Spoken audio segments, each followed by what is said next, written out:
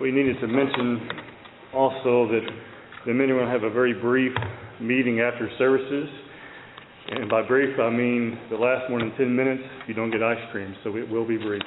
No, we're going to have a quick meeting after services, and so just do remember that this evening.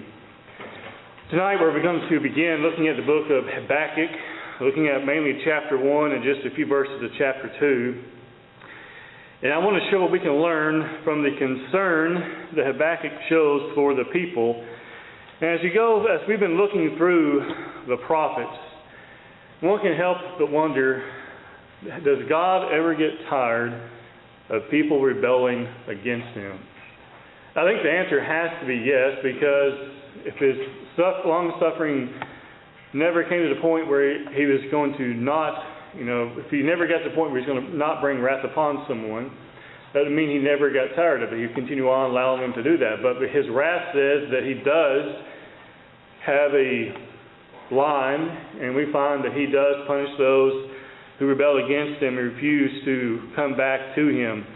But we see over and over and over again, as you've heard me say already several times, those who are rebelling against God. And what we find is each of these prophets lived at different times. Some of them may have overlapped. I haven't looked into all that, but they all had different time periods and different situations. But at the same time, they also still had a very similar situation, and that they were dealing with people who were rebelling against God. The name Habakkuk means embrace or ardent embrace. It's interesting to have the names, especially in the Old Testament, have what their meanings are behind them. We've talked about others, some, their names mean comforter and so on, some mean mourning or mourner, those types of things. And Habakkuk here, the idea his name means embrace or ardent embrace. We begin in Habakkuk chapter 1 with the name, as I mentioned already, the name Habakkuk here means embrace or ardent embrace. But we begin in verses 1 and following here, looking at confusion and God's reply. The confusion is not God's confusion. It's the confusion of Habakkuk.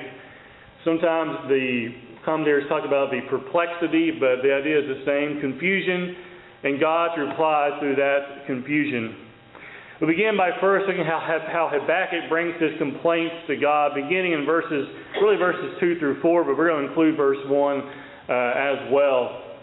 Here, the burden which the prophet Habakkuk saw. It's interesting that the first verse is the burden which he saw. Burden really describes what he has seen. And it is a burden to see those who are rebelling against God. And no doubt he was seeing those who were deliberately doing so. He had to watch people rebel against God, and it was a burden to him, and no doubt it was very heartbreaking as well. Looking at verses 2 through 4, we find the prophet laments over the wickedness and violence that was going on. He says here, "O Lord, how long shall I cry?" This being a reference to him praying to God. That cry shows how he's praying to Him, a sincere, you might say a desperate prayer to God. "How long shall I cry, and you will not hear me? Even cry out to you violence, and you will not save. Why do you show me iniquity and cause me to see trouble? For plundering and violence are before me. There is strife and contention arises. Therefore the law is powerless, and justice never goes forth.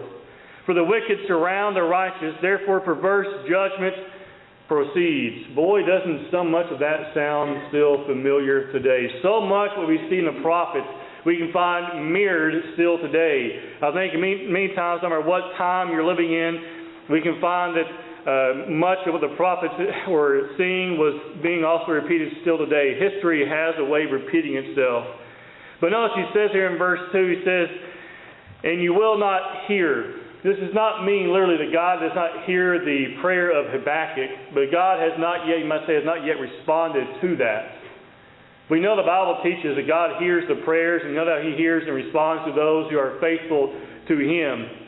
But we also have to understand, I think what Habakkuk also brings out, is that God does things according to His own time as well. That's why I chose that little graphic there with the clock, because Habakkuk was going to have to choose to wait upon God. He says there in verse 2, he says, and you will not hear, even cry out to you violence. He's talking about the things he is seeing. He says, even cry out to you violence, and you will not save. Why do you show me iniquity? Which means this is what Habakkuk is seeing, iniquity or sin, and cause me to see trouble. He says, for plundering and violence are before me.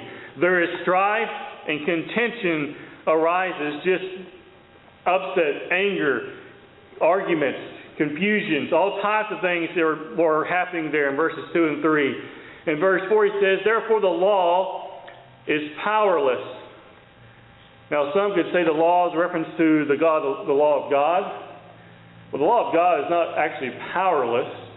The men don't use its power when they rebel against God, but I think also really he's referring to the law of the land there. It's powerless in the sense that no one is obeying the law.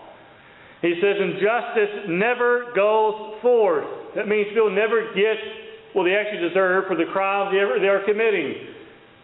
We don't see that today, do we? He says, for the wicked surround the righteous. Therefore perverse judgment proceeds. The wicked surround the righteous shows the righteous are outnumbered. Even the righteous are perhaps even being bullied or harassed. And he says there as a result in verse 4, perverse judgment proceeds. It means no true righteous judgment comes out of it. Those are the things which Habakkuk was seeing, and that's why, no doubt, he was crying out to God. We see there in verse 2. When he says, how long? It tells you that he's been praying to God for a while.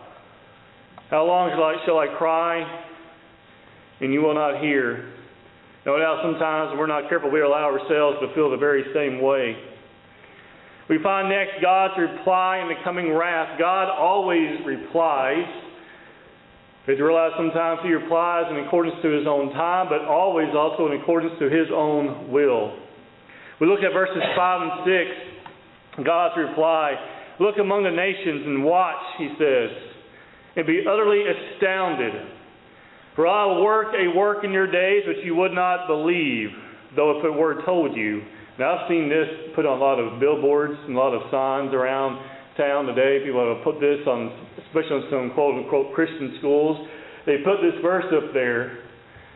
I'm not sure how they're trying to apply it, but we find it here is the idea that God would bring nations against them to punish them. Maybe that's exactly what they meant. Who knows? We're looking in verse 5. He says, for I will work a work in your days which you would not believe, which means he's basically saying, I'm going to blow your mind of what I'm going to do to these people.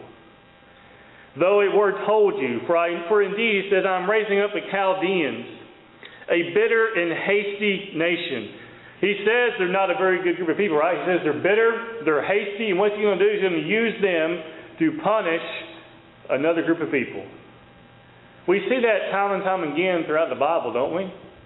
Israel was punished by numerous people, numerous times, carried off into captivity, time and time again. God's people were punished by God using another nation to rise up against them, to punish them, because there's always some evil nation somewhere that God can use to punish us.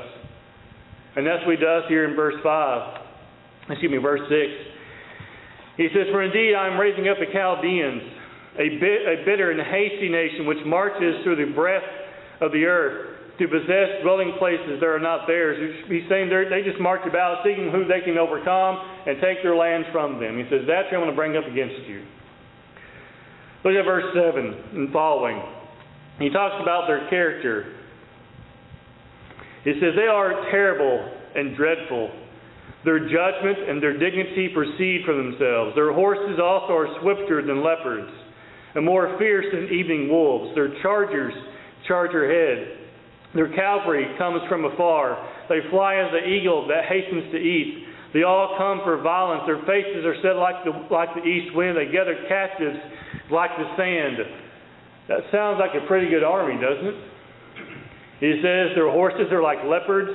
They're swifter. They're more fierce than evening wolves. Their chargers are charge ahead. Their cavalry comes from afar, which tells us they're probably a very large cavalry. They fly as the eagle hastens, which means they can cover a lot of land fast. You got fast horses, you have fast chariots, you have fast armies, fast cavalry there. And he says, they fly as the eagle that hastens to eat, showing how swift they move. Then you notice this in verse 9. They all come for violence. means they all come ready to fight. And that's the kind of people God was bringing against them. Because you go back to verses 2 through 4, what was Habakkuk seeing? Wickedness, sin, injustice, and so on. Verse 9, they all come for violence. Their faces are set like the east wind, which means they have a determined look about them. They gather captives like sand, which tells you they take a lot of people with them. Looking at verse 10, he says they scoff at kings, and princes are scorned by them. They deride every stronghold, for they heap up earthen mounds and seize it. Then his mind changes and he transgresses. He commits offense, ascribing this power to his God. Notice what he says there in verse 11. His mind changes, he transgresses, he commits offense, ascribing this power to his, notice little g, God. They do all these things because they are mighty, right, in an army. Then he says, they turn around and they say their little God did all this. Their false God, their idol. That's the kind of people God was going to bring against them. Wicked people, strong people, fast people, and no doubt very skilled in war and skilled just in battle in general. Not the kind of people you'd hope to come up against, right? But that's what God was bringing against them. We continue on in chapter 12. We see still continued confusion by Habakkuk, and then we find again God's reply. We find God's reply to Habakkuk's second complaint in verses 12 through 17 of chapter 1. He says, "Are you not from everlasting, O Lord, my God, my Holy One? We shall not die. O Lord, you have appointed for them judgments. O rock, you have marked them for correction."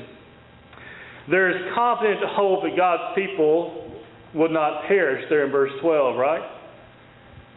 We know that overwhelmingly when God punishes wicked people, there's a remnant left behind, right? There's that small remnant that will carry on.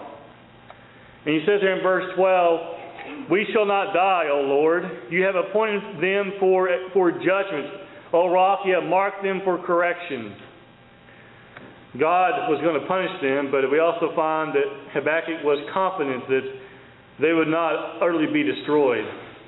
Looking at verses 13 and following, he says, You are of purer eyes than to behold evil, and cannot look on wickedness. Why do you look on those who deal treacherously, and hold your tongue when the wicked devours a person more righteous than he? Why do you make men like fish of the sea, like creeping things that have no ruler over them? They take up all of them with a hook. They catch them in their net and gather them in their dragnet. Therefore they rejoice and are glad. Therefore they sacrifice to their net and burn incense to their dragnets, because by them their share is sumptuous and their food plentiful. Shall they therefore empty their net and continue to slay nations without pity? We find there in verse 17, that's his complaint, right? The idea that the wicked are just going to continue to prosper. But if you continue reading on, we'll find later in the chapter, later on through Habakkuk, that even the Chaldeans are going to have punishment come from God. But for a time, God was going to use them to punish the righteous. Were the Chaldeans going to get off scot-free? That's the idea we find here, verses 13 through 17. They're going to continue to be able to do these things and say their false gods have done this. Well, we know God better than that. But that is Habakkuk's complaint. That is his confusion or his perplexity over God's use of an evil nation. But let's notice next, Habakkuk determines to wait on God's response in chapter 2. We're looking at just the first 3 verses in Habakkuk chapter 2. And looking at verse 1, we find the prophet decides to wait. He says, "I will stand my watch and set myself on the rampart." Now, the rampart is the idea really just being a stronghold. He says, "I will set myself on the rampart and watch to see what he will say to me, and what I will answer when I am corrected." He decides, he says, he will wait on God. He says, "I will stand my watch and set myself on the rampart." He will wait for God to act and tell him basically what he needs to do, right? He says, "And watch to see what he will say to me." That's God speaking to Habakkuk, right? And what I will answer when I am corrected. He says when I'm doing something wrong, he'll wait to decide then what he's going to answer God. Even Habakkuk realizes there's a chance he needs to be corrected by God.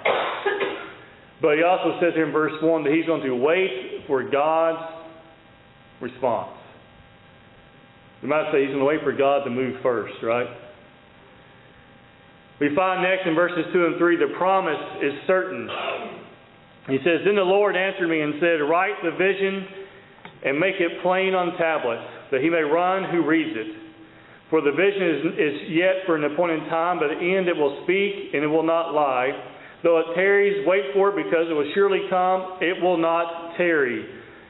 Now, he's talking about the idea that the promise of punishment is going to come, or the punishment is going to come. He says at the end it will speak, and it will not lie, which means God's going to carry out these things.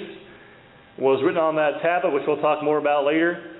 He says, though it tarries, wait for it, because it will surely come, it will not tarry. You know what God's talking about there in those two verses? Long suffering for those people. Why was his punishment tarrying, or why was it in waiting? Because the longer God waited, the more chance there was for individuals to come back to him. If God saw people sin and just brought wrath upon them very quickly, especially during this context here, people would die if not saved without a chance of perhaps even repenting. But instead, he gave them more than ample time to come around, more than ample time to repent and make themselves right with God. So we see in chapter 1, in this first few verses of chapter 2, we find Habakkuk's complaint. We find God's reply that, hey, wrath is coming. I'm going to use the Chaldeans, who's mighty. They're going to bring punishment against them. Habakkuk complains about God using this wicked nation. We'll find out later that they too, Chaldeans, are going to feel wrath from God as well. He uses them and then he punishes them. Why? Because God is a God who knows how to deal with the righteous and with the wicked. It's interesting that during this time, neither group would go without facing the wrath of God. Some lessons for us to think about today. Punishment from God can appear from anywhere. Sometimes punishment comes in the form of a sermon or a form of a Bible class that really hits us hard and we realize we need to make some changes. They can come from anywhere.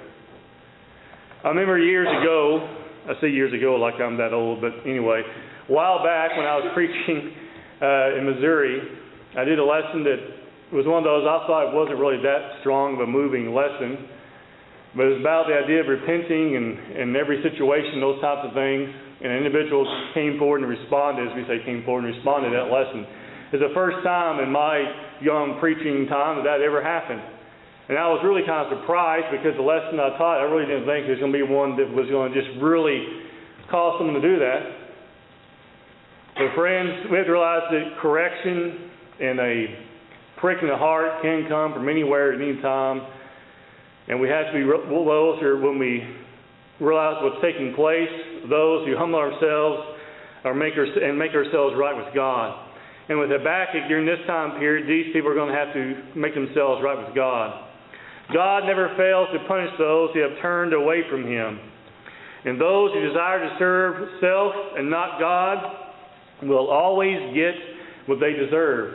They will always get what they deserve. You remember during Noah's time, building the ark, now he was mocked, we could probably say without mercy, for a long time when he built the ark, right? I mean, he builds an ark when there's no chance of a flood, until there's a flood. Did those people get what they deserved in the end? Yes. Sodom and Gomorrah, Lot and his family leaving Sodom and Gomorrah. Seemingly, for some, the wicked would say, why would you leave this place, right? They said that until they saw fire coming down from heaven, fire and brimstone, right? The wicked always give what they deserve. The people of Israel escaping from Egypt and being pursued by Pharaoh's army, right? And they get out of Egypt. They cross the Red Sea on dry land. And as they cross it, they come back. They can watch Pharaoh's army be destroyed by the water of the sea. Because the wicked always give what they deserve. The wicked always give what they deserve. I think about many times what must have been like for Moses and for those people of Israel to stand on the other side of the river and watch that water collapse, the walls of water collapse on Pharaoh's army. That giant army being completely, literally washed away. No doubt it would have been quite the scene to behold. We must trust in God's promises and wait on Him. Habakkuk chapter 2 and verse 1, that's what he had chosen to do. Habakkuk decided to wait on God while standing on his stronghold. He was going to wait and see what God wanted from him, and then he was going to react and respond in accordance to God's will. And we too must wait on God like so many others have done before us. We must be those who are patient with our prayers, though sometimes it can be difficult. I think about Psalm 27 verse 14, where the psalmist says, "Wait on the Lord, be of good cheer, and He shall strengthen your heart. Wait, I say, on the Lord." Wait on God. Psalm 37 verse 34 tells us much the same. "Wait on the Lord and keep His way, and He shall exalt you to inherit the land. When the wicked are cut off, you shall see it." Wait on the Lord. We must be patient people, which is no doubt very difficult. As we close this evening, we know that mankind has shown itself to learn very slowly from its mistakes and to ignore the lessons we can learn from those who have gone on before us. The book of Revelation talks about those who died for their faith and how their lives would continue on in many ways, right? How we would continue to learn from them. And we must do the same today. Learn from those who have gone before us. Learn from our faithful brothers and sisters who have remained faithful to God, and learn from their example. Like those in the time of Habakkuk, we must learn from our past mistakes before the inevitable punishment comes, because Judgment Day is going to come. It may not come today. It may not come tomorrow. It may not come this year. But it is coming. We buy insurance because we don't know what's coming. We want to be prepared, right? The Christian becomes faithful to God, obeys the gospel, wants to remain faithful to God because we know what is coming. We just don't know when. We must make sure that we are properly prepared for the Judgment Day. Those in Habakkuk's time were rebelling against God. And while Habakkuk was calling out to God, how long is this going to last? God basically was telling him, as we saw this evening, just wait. Just wait. Not just wait and see what I'm going to do, though that was part of it. But by him being patient, it did allow more chance for people to come back to God. We want to be those who are patient and wait on God, trust in Him, who also at the same time are preparing for the Judgment Day. This evening, as you think about these things, we can help you or encourage you in any way. You can come forward now. As we stand and sing the song that's been selected.